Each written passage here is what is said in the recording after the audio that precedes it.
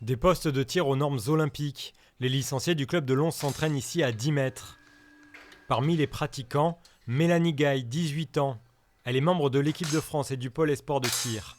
Sous les yeux de son entraîneur, elle charge sa carabine puis enchaîne les tirs.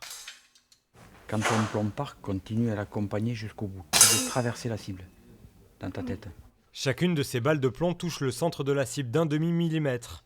Depuis une semaine, elle profite du confort de ce nouveau stand. Ça change des entraînements précédents. Là, c'est beaucoup mieux au niveau des conditions de tir. Il fait beaucoup moins chaud et on a tout qui est adapté. On a des cibleries électroniques. Là, on en a plusieurs. Avant, on n'en avait qu'une seule. Donc, j'avais la chance de m'y entraîner dessus parce qu'on n'était pas beaucoup de licenciés. Mais là, ça va changer. Dans cette salle, autre discipline, le tir à 50 mètres. Certains s'arment d'un pistolet, d'autres comme Jean-Jacques Lafitte utilisent la carabine.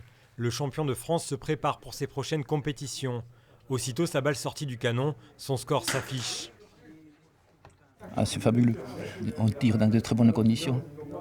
Où j'allais m'entraîner avant, c'était un hangar amélioré, quoi, dans des conditions qui n'étaient pas bonnes. Déjà ici, on a la sécurité.